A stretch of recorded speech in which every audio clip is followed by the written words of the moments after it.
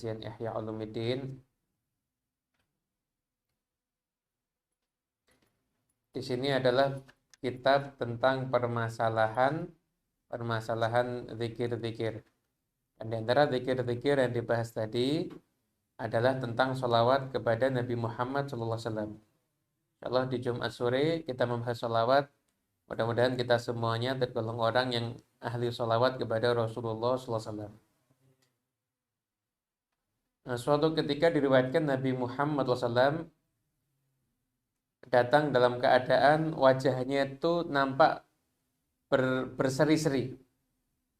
Ketika itu Rasulullah SAW menyampaikan, innahu ja'ani Jibril alaihi salam faqala amma tarda ya Muhammad alla yusalliya alaika ahadun min ummatika salatan wahidatan illa sallaitu alaihi asyaran wa la yusallimu alaika ahadun min ummatika illa sallamtu alaihi asyaran. Nabi mengatakan, sesungguhnya Jibril mendatangiku lalu berkata, apakah engkau ridha wahai Muhammad tidak ada satupun di antara umatmu yang bersolawat kepadamu satu kali, kecuali kata Allah aku akan bersolawat atasnya 10 kali. Dan mengucapkan kepadamu salam satu kali, aku akan mengucapkan salam kepadanya 10 kali. Nah, jadi hadis ini riwayatnya kita udah sering dengar. Hanya saja perbedaannya Nabi SAW dengar ini wajah berseri-seri. Kita dengar ini wajahnya datar-datar biasa-biasa aja. Padahal siapa yang lebih diuntungkan dengan keutamaan sholawat? Ya kita. Nabi Muhammad itu tetap Sayyidul Anbiya wal Mursalin, tetap Habibullah, tetap makhluk yang paling dicintai sama Allah. Tetap pintu surga nggak akan dibuka kecuali beliau yang pertama kali minta untuk dibuka. Itu dengar hadis sholawat ini seneng. Kenapa? Karena kita ini jadi bisa selamat karena kalau kita sholawat sama Nabi. Hanya jangan pernah kita mengecilkan apa halnya daripada sholawat kita. Sholawat luar biasa. Sholawat satu kali memang benar-benar sah.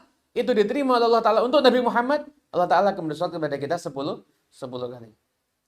Kita umpama datang satu orang yang terkenal soleh, ngomong sama kita begini, semoga kamu selamat hidupnya dunia akhirat. Bangga kita pasti ya. Kira-kira kalau yang ngomong gitu Allah Ta'ala gimana? Kita ucapkan salam, assalamu alaika ayuhan nabi wa rahmatullahi wabarakatuh. Assalamu alaika ya Rasulullah. Maka Allah salam kepada kita 10 kali.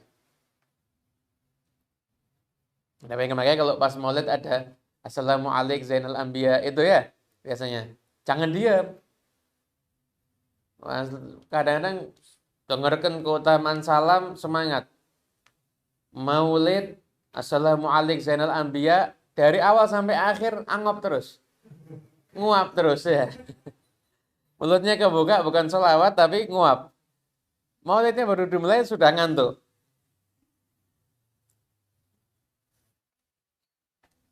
Dan setelah itu kemudian diriwayatkan juga Nabi SAW bersabda, man shalla alayya fi kitabin lam tazalil malaikatu tastaghfiru lahu madama ismi fi dzalikal kitab. Barang siapa yang bersolawat kepadaku dalam sebuah bentuk lisan ditulis di kitab, maka malaikat selalu istighfar untuk dia selama namaku ada di dalam kitab itu. Jadi kita nulis di tulisan buku kita Allahumma sholli ala sayyidina Muhammad wa ala ali sayyidina Muhammad. Selama tulisan itu nama Nabi Muhammad itu masih ada, maka malaikat selalu istighfar untuk kita. Anda bayangkan kalau Anda punya kitab, setiap kitab Anda ada tulis sholawat. Itu sampai generasi anak Anda mungkin kitab itu masih ada insya Allah. Kadang-kadang kita kalau ke Masjid Riyadh, kitab-kitab zaman Habib Anis masih muda itu saya masih baca. Pada Habib Anis itu kelahiran tahun 1928. Di kitab-kitab ketika Habib Anis mungkin usia tahun 70, 60, 80 itu kita masih baca. Berarti sudah bertahan berapa lama? 50 tahun. Anda bisa bayangkan. 50 tahun itu kitab. Nah, masih baca. Kenapa? Ya karena memang kitab itu bertahan lama. Ya betul bertahan lama. Nah, kalau kita sampai dapat uang, ini kan sudah santri semuanya Masya Allah. Kita dapat uang, dan gimana kita pengen jadikan uang kita ini abadi buat beli kitab. kitabnya bisa dibaca terus, kemudian ilmunya kalau diamalkan jadi pahala yang akan abadi insya Allah. Gitu ya. Ya keutamaan nulis salawat ada di kitab. Gitu.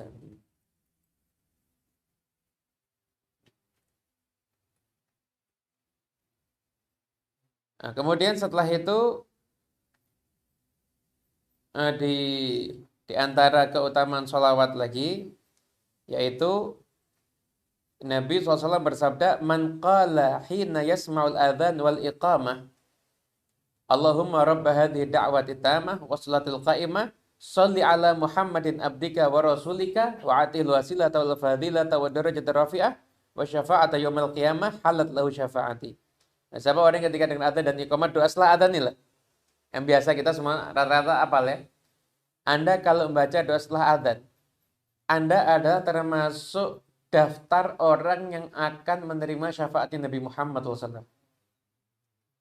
Jadi Anda bisa bayangkan, Anda dengar adzan, kemudian setelah itu Anda jawab dengan doa ini tadi, doa yang biasa kita baca. Itu kan ada sholawatnya kan? Itu kalau Anda baca, Anda termasuk daftar orang yang layak dapat syafaatnya Nabi Muhammad. Biasanya ini BLT itu kalau mau dibagikan ada daftar penerima ya. Ya kan? Ya, yang biasa ngantri apal biasanya ini. Bisa ngantri-ngantri apal semuanya.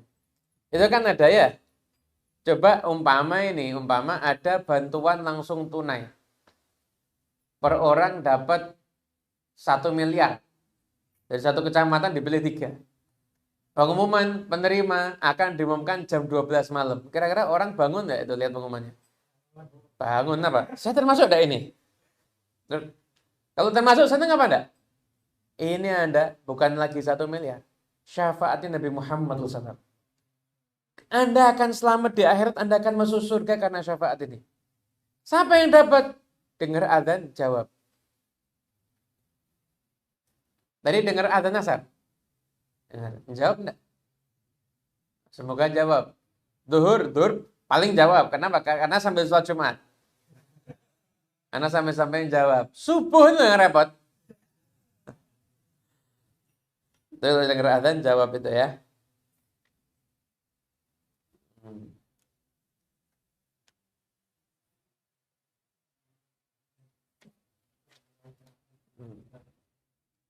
Kemudian dikisahkan juga ini tentang keutamaan sholawat juga.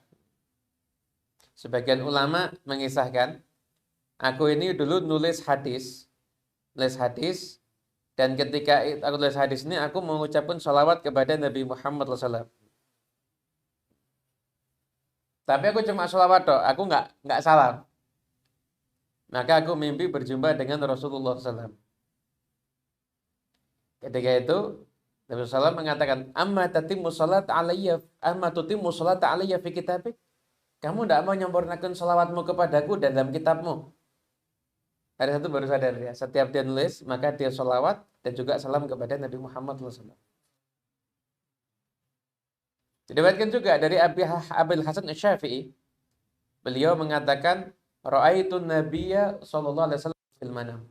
Aku mimpi berjumpa dengan Nabi Muhammad SAW di dalam tidurku itu. Maka aku bertanya, ya Rasulullah, bima juzya Syafi'i radhiyallahu anhu anka haitsu yaqulu fi kitabih wa sallallahu ala Muhammadin kullama dzakarahu dzakirun wa ghafala an dzikrihil ghafilun. Ya Rasulullah, Syafi'i kan dalam kitabnya ada salah nulis salawat.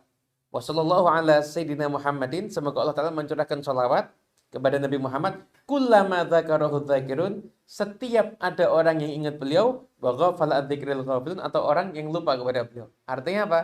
Salawat kepada Nabi SAW selama-lamanya. Karena masa ini kan ada yang ingat juga ada yang lupa. Pasti kan begitu kan? Maka dijawab oleh Rasulullah SAW, juziya'ani annahu la yuqafu lil hisab. Karena itu dia dapat balasan Imam Syafi'i tidak akan dihisab nanti. Karena punya sholawat yang indah kepada Rasulullah SAW. Artinya keahlian beliau untuk sastra. Imam Syafi'i itu kan ulama ahli sastra juga. Yang beliau di dalam bersastra itu, beliau gunakan untuk mengekspresikan cintanya pada Nabi Muhammad, maka juga mendapatkan balasan dari Rasulullah Sallallahu Alaihi Wasallam.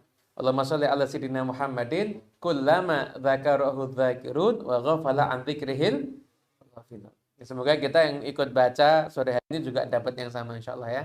Amin ya rabbal. Tenang, selawat baca semua panjang nanti bisa sampai maghrib.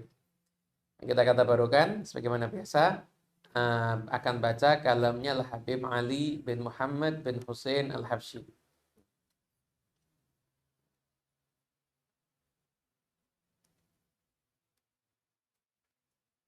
Bismillahirrahmanirrahim.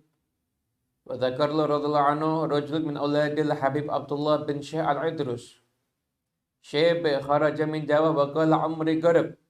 Baghid gabri inda jaddi Abdullah bin Syekh. Wa hina wasal tarim tufiya halat. Wa qabru inda jaddi Abdullah bin Syekh ila akhir ma qala radhiyallahu anhu. Bali ketika sedang duduk bersama dengan sahabat-sahabatnya, maka beliau mendapatkan kisah ada seseorang. Orang ini keturunan ulama besar Abdullah bin Syekh Al-Idrus. Udah tua, jadi ada Habib dulu ditarim, Abdullah bin Syekh Al-Idrus, nanti kisahnya akan kita bahas di sini. Abdullah bin Syekh Al-Idrus ini wali besar di zamannya, Masya Allah orang luar biasa. Nah, beliau itu punya ada keturunannya sezaman sama Habib Ali, sudah tua. Tinggal di Jawa. Nah, tiba-tiba keluar dari Jawa, mau kembali. Dulu perjalanan kembali itu udah mudah kayak sekarang, tinggal pesan tiket dan sebagainya, nggak repot dulu. Dia mengatakan, umurku udah dekat, saya pengen kubur saya di dekat kakek saya. Akhirnya diurus kembali sampai masuk tarikh, begitu masuk tarikh meninggal dunia, dikuburkan di samping kakeknya. Kata Habib Ali, kemudian mengomentari kisah ini, beliau mengatakan, keluar cucu-cucunya Abdullah bin Syekh itu enggak kayak orang biasa, mereka punya sir sebenarnya. Karena warisan daripada datuk-datuknya. Nah, jadi amalnya orang tua itu bisa sampai ke anak. Amalnya orang tua itu bisa sampai ke anak. Kita sore ini datang majelis rohah ya. Jangan dikira berkahnya cuma sampai ke kita. Enggak, ini berkahnya mungkin sampai ke anak kita. Sekalipun anak kita baru lahir. Mungkin sampai insya Allah. Kenapa barokahnya kita duduk, dengarkan sholawat tadi, dengarkan ihya, dengarkan kisahnya orang soleh. Ini amal yang dicintai sama Allah Ta'ala. Ini amal yang bisa menggembirakan Nabi Muhammad. Ini amal yang bisa menggembirakan oleh Allah wa salihin. Gitu. Nah, itu orang-orang soleh itu, nah keturunannya itu kadang-kadang dapat sir, dapat warisan, kesolehan begitu. Sehingga mungkin ada yang jalannya nyimpang, tapi nanti bisa-bisa di akhir umur mereka itu kembali. Begitu ya. Termasuk dalil daripada keutamaan nasab. Nah, kayak kisahnya Nabi Musa dan Khidir alaihissalam masuk ke suatu kampung bakhil semuanya. Tapi lihat rumah mau ambruk justru dibenerin. Alasannya kenapa? Diceritain dalam Al-Quran, kenapa rumah itu milik dua anak yatim. Kenapa kok dibenerin? Wa kana abuhuma soleh. Karena ayah dari kedua anak yatim ini orang soleh. Kata Imam Qurtubi dalam tafsirnya ternyata bukan ayahnya langsung itu. Kakek yang ketujuh dari jalur ibu. Itu orang soleh, keturunannya dijaga sama Allah Ta'ala. Nah, kalau sesuatu yang warisan sifatnya dhahir aja dijaga, dunia yang rendah ini dijaga, apalagi yang sifatnya batin, pasti juga akan dijaga oleh Allah Subhanahu Wa Ta'ala. Dan Habib Ali mengatakan, Habib Abdullah bin Syekh Al-Idrus ini, Habib Abdullah bin Syekh Al-Idrus ini kalau tidak salah keturunannya di Indonesia itu, di Surabaya, ada yang terkenal namanya Habib Muhammad bin Hussein Al-Idrus. Julukannya Habib Neon. Nah, masyhur Habib Neon itu, ini datuk beliau ini Habib Abdullah bin Syekh Al-Idrus ini. Neon yang masyhur itu. Nah, Habib Abdullah bin Syekh Al-Idrus ini, Masya Allah, beliau tuh zahir batin luar biasa. Beliau itu setiap tahun, setiap satu kakak dapat hadiah dari beliau itu 500 girish. 500 girish. 100 girish per tahun, setiap kakak.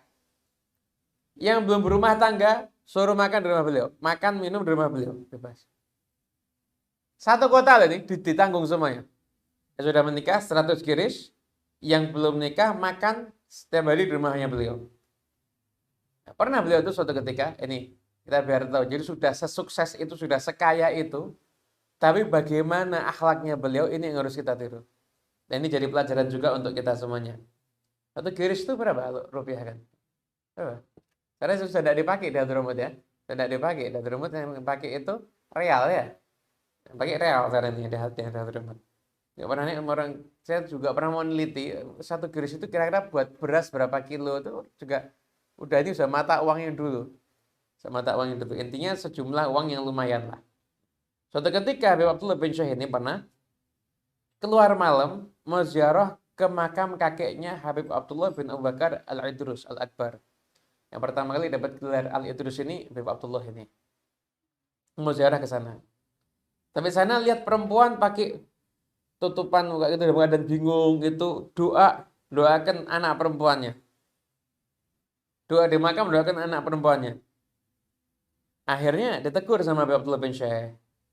Kamu siapa, Bu? Siapa? Jawab, ini Imra'ah Azizah.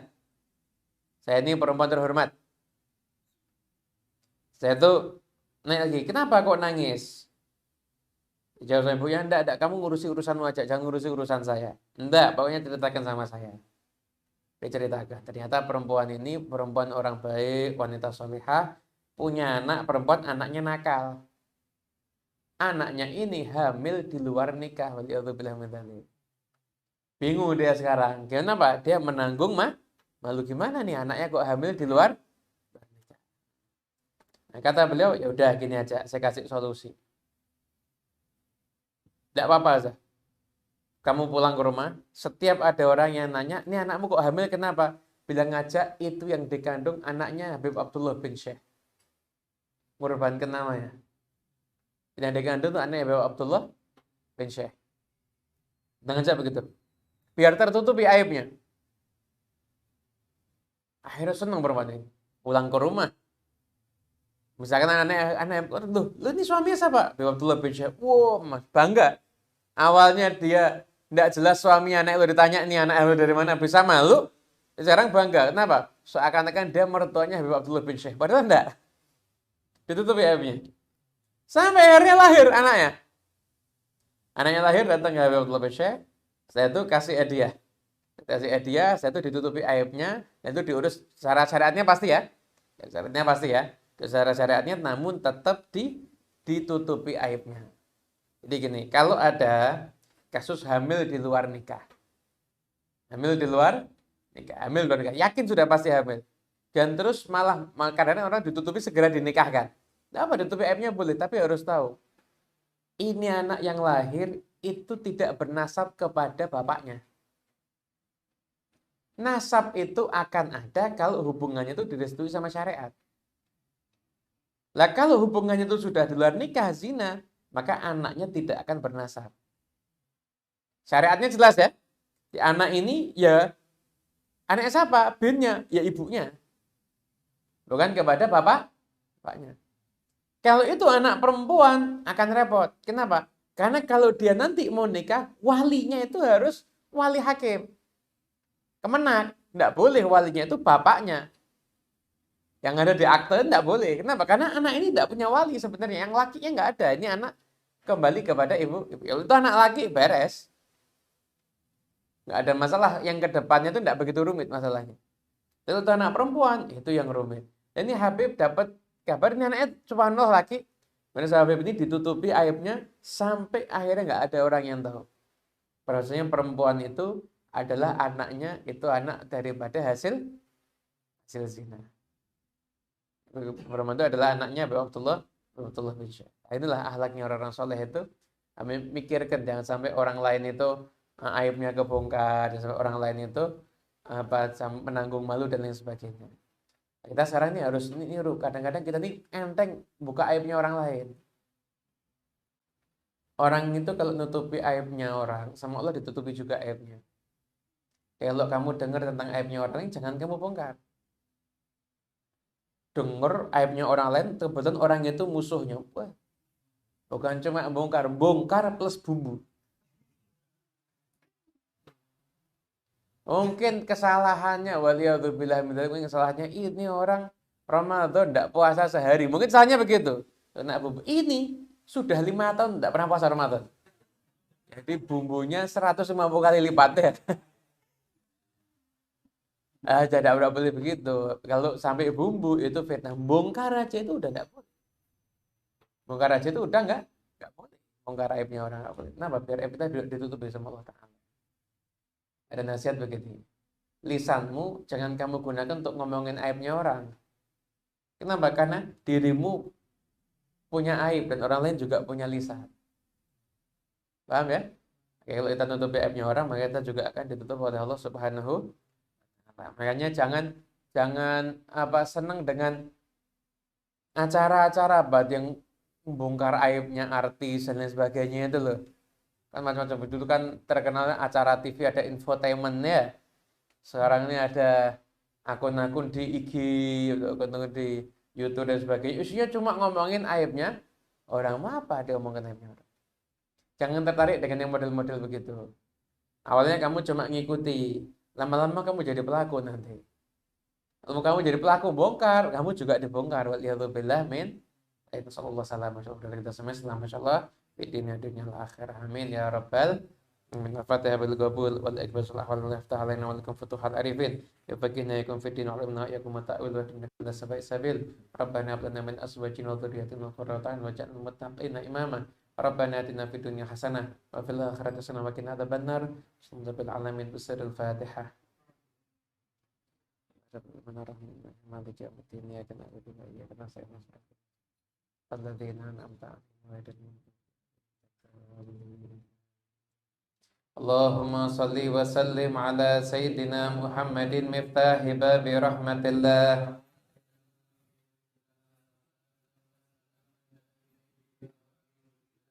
وعلى آله وصحبه في طاعتك فرحي وسروري وفي مرضاتك جميع أموري عالم بحالاتي ومطلع على سرائر ونياتي أجاتي واغفر ذنوبي وسيئاتي وزلاتي وتقبل جميع حسناتي ياتي واكتبني في ديوان ساداتي واسلك بي سبيل نجاتي اللهم في عطاك راغب في رضاك فاكتبني من أولياك واسلك بي سبيل هداك صلى الله على سيدنا محمد